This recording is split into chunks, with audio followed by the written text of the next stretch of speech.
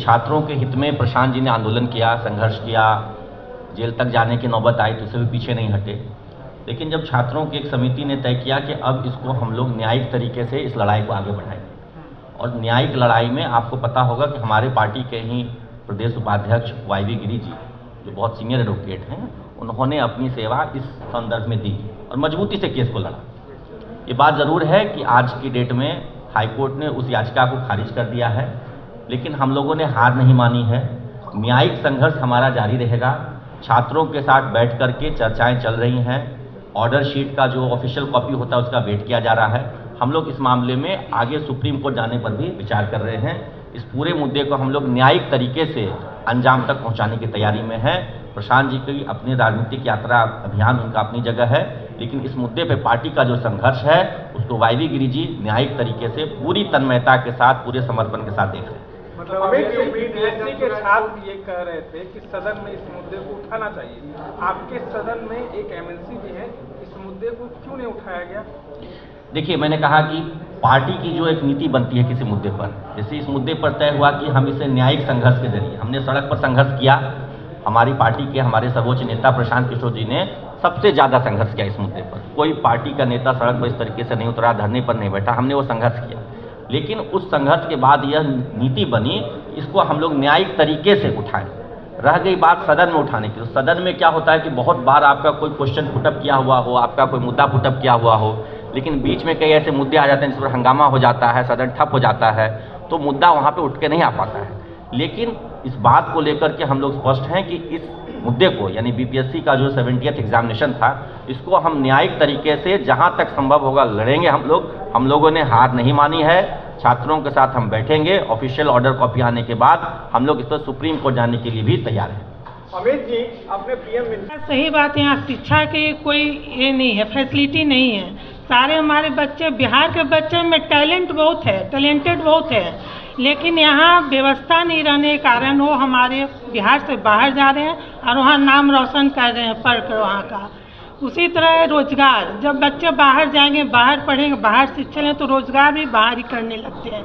यहाँ भी कोई भी इतनी 1-2 IT कंपनी वगैरह कुछ ऐसा नहीं है जो बच्चे अमीर घर के हो चाहे गरीब घर के हो। हर बच्चे का एक शौक़ होता है, उसकी पढ़नी उसकी इच्छा होती है, लेकिन वो एक मजबूरी के तहत उन्हें बाहर जाना पड़ता है। तो शिक्षा और रोजगार दोनों ही बच्चे को यहाँ पे ठगा जा रहा है। आप ट्रेन में अगर सफ़र करते तो सही बात है कि वॉशरूम जाना अगर हो तो रास्ता नहीं मिलता, लोग बाथरूम के बाहर में ही फर्श पे लेटे मिलेंगे, थैला लेके, बोरिया लेके, पूछने पर कि बच्चे आप लोग कहाँ जा रहे हो, तो मैं जॉब करने जा रहा हूँ बॉम्बे में या मद्रास में, चेन्नई में, कहीं भी। तो यहाँ के बच्चे मजदूरी के 10-15 हज़ार रुपये के लिए बच्चे बाहर जा रहे हैं, अपने पेरेंट्स को छोड़ के, घर द्वार छोड़ के बच्चे बाहर जा रहे हैं। जबकि वहाँ पे रह के वो काम तो कर रहे हैं, मेहनत कर रहे हैं, पैसा कमा रहे हैं, अपने पेट को काट के 2 पैसा बचा के अपने घर को ही भेज रहे हैं। यहाँ गार्जियन की क्या स्थिति है कि बच्चे तो बाहर चले जा रहे हैं, माँ बाप के पास कोई तबीयत खराब होने पर कोई दवा देने वाला नहीं है। तो ये सब बहुत भी बड़ी समस्या है यहाँ की। बहुत बड़े बड़े कॉलोनी में, यहाँ पे पाटलिपुत्रा कॉलोनी, चित्रगुप्त कॉलोनी, कहीं भी जाइए पता चलेगा अधिकतर घर में ताले बंद हैं। किसी में पेरेंट्स हैं तो माँ अकेले हैं, पिताजी हैं तो अकेले हैं, कोई देखने का है। ये सब चीज़ को अगर सुधार किया जाए, यहाँ पढ़ने की अगर सुविधा दी जाए तो बच्चे हमारे बाहर नहीं जाएंगे।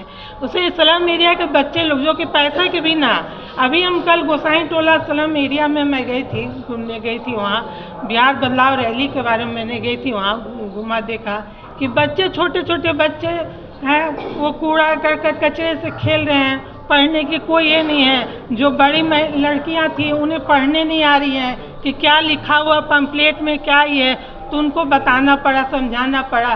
तो ये सब, जैसे गरीबी, यहाँ गरीबी बहुत है, गरीबी पे कोई तरह का यहाँ पे नहीं। हमेशा इलेक्शन आती है, बहुत सपने दिखाए जाते हैं, बहुत से इलेक्शन खत्म होते हैं, उसका सारे सपने भोरे में भरे रह जाते हैं। तो ये सब बहुत दुख की बात है कि हम अगर बिहार में आज हम NDA सरकार की जो युवाओं के प्रति उनका रुझान रहा है अब तक, वो हम बताने वाले हैं। और ये बताने वाले हैं कि NDA सरकार अब तक युवाओं के साथ कैसे धोखाधड़ी कर रही है, कैसे ठग रही है। पहले हम शिक्षा की बात करें।